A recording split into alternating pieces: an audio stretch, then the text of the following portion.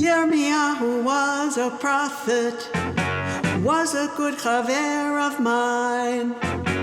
Never understood a single word he said, but we helped him to drink his yain. And we always have some mighty fine yain. Singing Simchat Le'olam, Kol HaYiladim now. Simchat to the dagim in the deep blue sea. Simchat to you and me. Simchat to the dagim in the deep blue sea. Simchat to you and me. Welcome to the Haftarah Plethora video Zoomcast, where we might not bring joy to the world, but we do talk about prophets like Jeremiah and Ovadia. Now that's what I call an opening. Great song and opening titles. Hey, we're going Hollywood here. I wouldn't go that far, considering that it's still me and you doing the show. But thanks to Diane and Norm Gar, we have a great intro song and something more interesting to look at during the opening than our puzzled faces. Well, if I look puzzled, it's only because I'm wondering why you mentioned Ovadia in the intro. You don't usually do that. We'll get to that in a minute. Anyways, I'm Larry Herman, sipping some very fine wine and talking Haftarah with my very good chaver, the king of cantillation, Rick Muller. If I'm going to be your chaver, shouldn't I also be Melech Shel Ta'amei HaMikra? Why not? It just doesn't have the alliteration of king of cantillation. Yeah. But Rick, how about if we get right to it and talk about this week's Haftarah? Hey, while I'm asking questions, is it Haftarah or haftorah? You go back and forth. You got me again, Rick. In fact, Diane has said the same thing. I guess it really doesn't matter. Haftorah is the Ashkenazi pronunciation, and since it rhymes with Plethora, I think I'll try to stick with that, even though I know that the correct pronunciation in Hebrew is Haftarah. I always worry that when I say haftorah, people will mistakenly think that there's a connection between the word haftorah and Torah, when in fact they are completely different. Do your young students sometimes get that confused? Yeah, I always just immediately go to, it's not half a Torah. I just get it out of the way. I have to learn a haftorah? You mean I have to learn half the Torah? No, it's not. It's related to maftir, haftir, haftarah. It means conclusion, you know. Good. Oh, so, right. So let's go right to the haftoira. Now that's what I call a real Ashkenazi pronunciation. So let's get to this week's reading, which is the entire book of Ovadia, or Obadiah in English. And the entire book of Ovadia consists of exactly one chapter. Not a prolific writer, huh? Not at all. And do you remember 2 weeks ago when we talked about Malachi, and I questioned whether Malachi was his name or only a description, my messenger? Of course. Well, this week I'm questioning whether Ovadia is a name or a title. In this case, it would be Oved Yah, the servant of Yah, which is one of the names of God. That would make sense, but even still, that could just be his name. True, but there's more.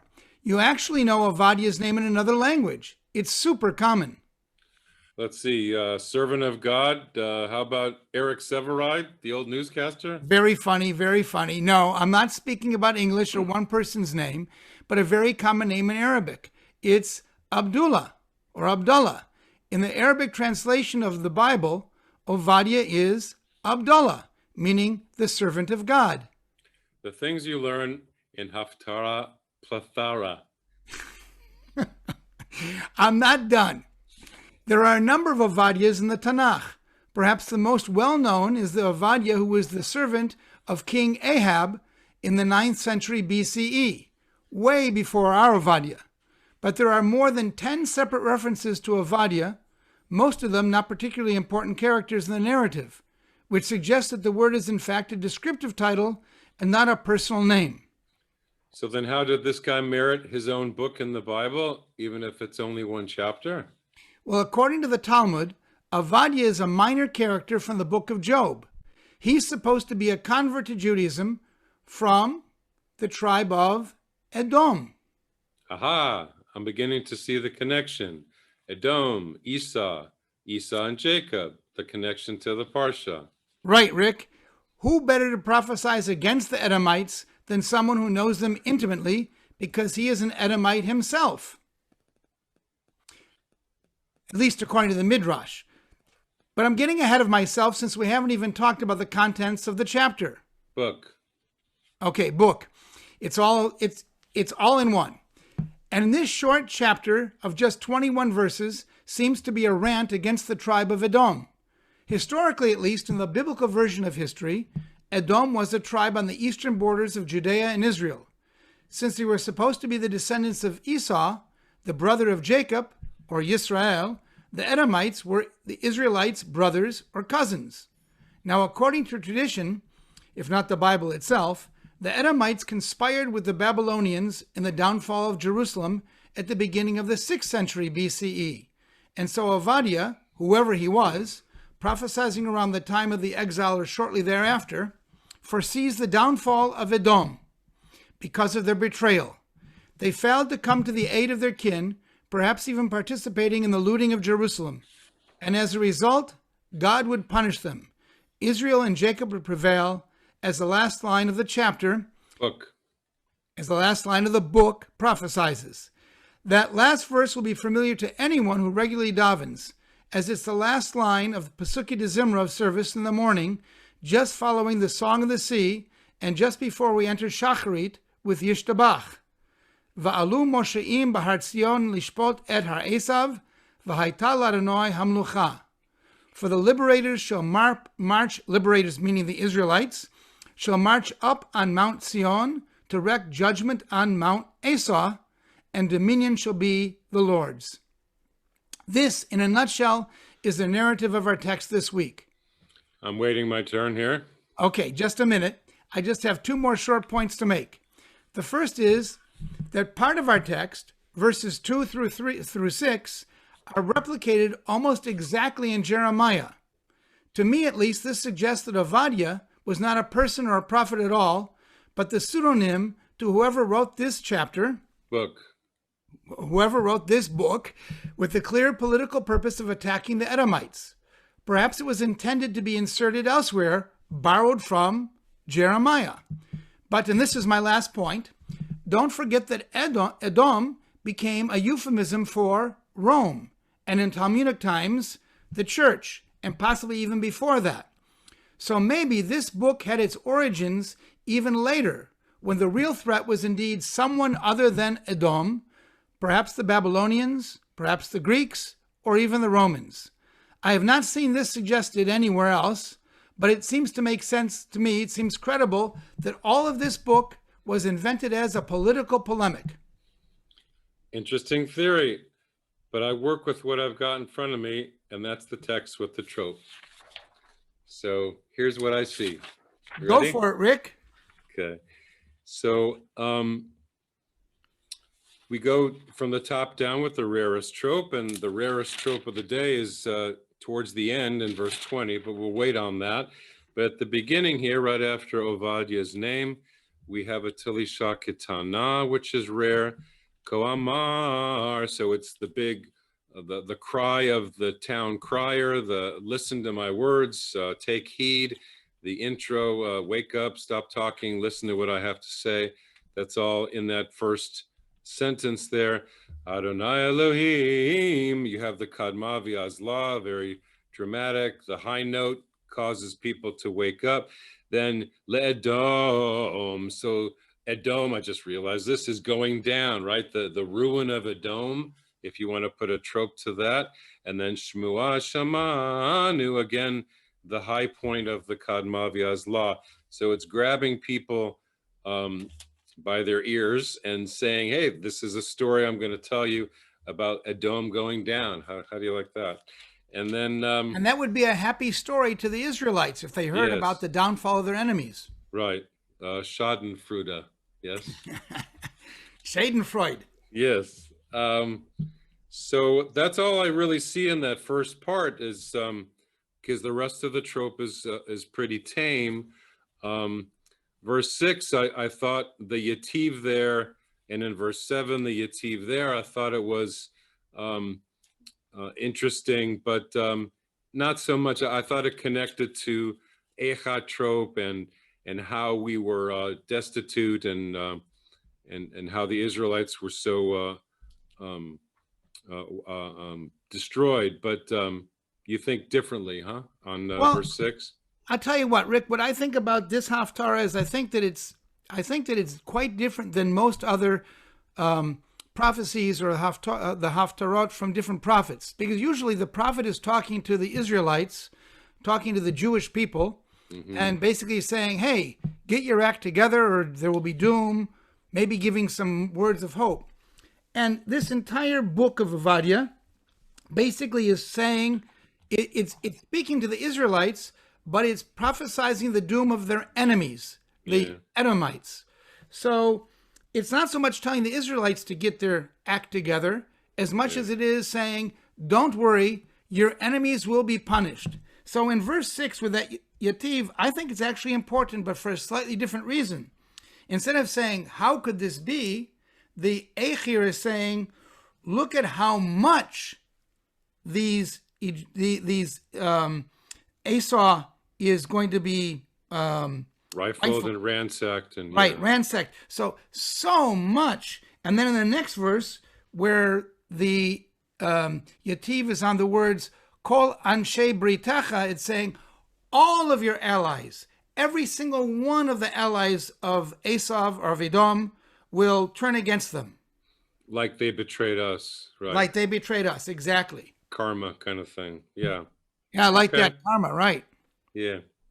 So, Rick, I think what we should do is you should chant verses 1 through 9 for us, and then we'll pick up the second half when you're done, starting with the blessing. Okay. And it's page 222. Baruch atah Adonai Eloheinu melech haolam, asher kishanu b'mitzvotav v'tzivanu la'asok b'divrei Torah. Amen. Chazon Ovadia ko amar Adonai Elohim le'edom Shmua shamanu me'et Adonai v'tzir Bagoyim shulach kumu v'nakuma aleha lamilchama hine katon netaticha bagoyim bazui ata meod zdon libcha hishiecha shochni v'chag v'sela merom shivto Omer belibo mi yorideni aretz im tagbi ach kanesher v'im ben kochavim simkinecha misham oridcha neum Adonai im ganavim ba'ulcha im shodei laila ech nidmeita Halo yignavu dayam im botzrim ba'ulach Halo yashiru olelot ech nechpasu esav niv'u matzpunav ad hagavul shilchucha kol anshe veritecha Ishiucha Yachlu Lecha Anshe Shlomecha Lachmecha Yasimu Mazor Tachtecha Ein Tvuna Bo Halo Bayom Hahu Num Adonai Behavati Chachamim Me'edom Utvuna meharesav v'chatu giborecha teman lema'an yikaret ish meharesav mikatel. You know, as I'm reading along, Rick, as you're singing, I'm understanding better and better what this entire haftarah is about and what the message is. In the first part, it's about the downfall of Esau. That things are going to be even worse than in any bad situation you can conceive of. Worse than if they were being robbed. Right? Worse than if people came to take their crops from their vineyards. They're going to be thoroughly degraded. And now in the next verses, we're going to find out, I think, more of why, what the reason is, and reflecting back upon the Israelites. Yes. And in verse that's 11, you have a ger shayim. It looks like a quotation mark on v'nochrim. So strangers is highlighted there, and the message is they should have been friends. They should have been allies, but they acted like strangers. They were worse than the Babylonians. They betrayed us, that kind of thing. So they should have been like family, but they were like strangers, is what I get out of that, the use of that trope there. And then, okay, so then towards the end, more fireworks with verse 18. The burning message of the prophet is that Jacob is going to come up, and he's going to be, the tribe of Jacob is going to be like a fire, and house of Joseph, and I get the pun, the burning message. yes, and then so in this case, the fire, though, is not a fire that's against the house of Jacob or Yisrael. against Esau. Right. They're going to be burning with rage and power and destroy Esau. Yeah. And then towards the end, the rarest trope of the day that I hinted at in verse 20, Vigalut hachel hazeh is a tilisha gedolah. So again, you remarked on it. We both did, how a little word like zeh can have a important trope on it. How Noah gets a zeh at the beginning of the Torah, and Moses is called a zeh in his little basket there. He's just a thing. And here the zeh is this remnant of the Jewish people that's going to come back from Galut and be successful again. Even though we're a little word like zeh, it can come back to life, kind of thing. I like that, because it basically emphasizes that Ovadia's message here is to a people who have already been defeated. They've been exiled, and they may think that it's hopeless. And he's saying, no, this exiled remnant of the warriors who you wouldn't think could do anything, these people, they're going to rise up, and they're going to be the ones who are going to defeat Edom. Yep. In fact, not only are you going to defeat them, and I know that you wanted to talk about this in verse 20, the Sakef Gadol, but can I go back for 1 second to verse 19? Sure. Because you've got my favorite, the Kadma Azla. Yes. And the Yarshu HaNegev, they, meaning the Israelites, will possess the Negev and also Har Esav, the Mount of Esau, the Mount of Edom, the center of their place. We're going to go back, and we're the ones that are going to inherit it, the Israelites. And then in verse 20, you might want to comment on one of your favorites, the Zakef Gadol. The Yershu, yeah, that's also a rare trope, and it's on the word possess.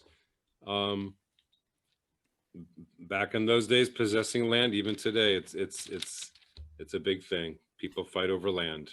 Well, and we're gonna get back the land that the Edomites helped us to lose.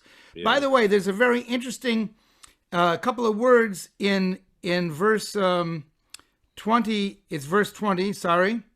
There's the word Tzarfat and the word Sfarad. Sfarad, yes. In a modern Hebrew, Tzarfat is French. And Sfarad is Spain. In Spain. So France and Spain, and those two terms referred to different places that have now been used in modern Hebrew as well. Yes, yeah. So Rick, you want to read for us, starting with verse 10 to the end? Yes. Mechamas achicha Yaakov techascha vusha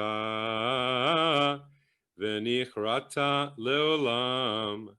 B'yom amarcha mineged. B'yom shvot zarim chelo. V'nochrim ba'u sha'arav. Ve'al Yerushalayim yadu goral. Gamata ke'achad mehem. Ve'al tereh v'yom achicha b'yom nochro.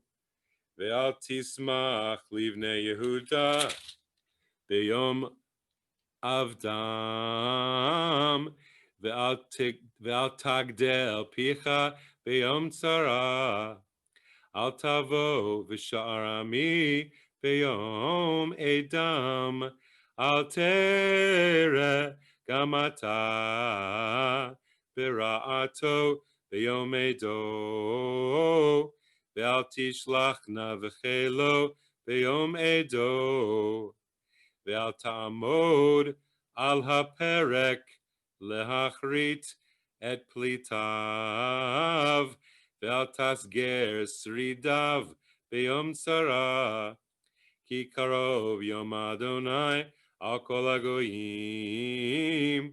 Kasher asita ye'aselach. Gemulcha yashub roshecha. Ki kasher shtitem al har kodshi. Yishtu chol hagoyim tamid. V'shatu v'la'u. V'hayu kilo hayu. Uvahar Tzion tiyeh fleta v'haya kodesh v'yarshu beit Yaakov et morashehem v'haya beit Yaakov esh uveit Yosef lehava uveit Esav lekash V'daku vahem v'chalum v'lo yesarid levet Esav ki Adonai diber v'yarshu hanegev et har Esav v'hashfela et Plishtim v'yarshu et sde Ephraim v'et Sde Shomron uVinyamin et Gilad v'galut hachel hazeh livnei Yisrael asher Knaanim ad Sarfat v'galut Yerushalayim asher bisfarad Yershu et arei hanegev ve'alu moshiim behar Tzion lishpot et har Esav ve'haita ladonai amlucha. Very nice, Rick. You know, I had one last thought. We didn't say, because I think it's obvious, the connection between the Parsha and the Haftarah is again the struggle between Jacob and Esau. And the beginning of our Parsha, the first part of our Parsha, is about when Jacob comes back and he meets Esau, and he's afraid that Esau is going to do battle against him.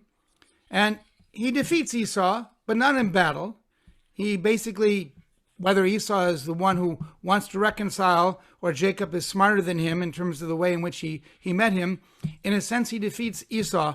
And the Haftarah is telling us at the same time that in future generations, the descendants of Jacob will also prevail over the descendants of Esau. Mm-hmm. Yep. So that seems to me to be clearly the message of the Haftarah. Yes, it is. Any final words? Can't disagree. Nope. All right. That's another one. Another one down. Another one down. Shabbat Shalom. We wish everyone to stay safe. We've just got a little bit more time to go. Anyway, Shabbat Shalom, and until next week. Shabbos.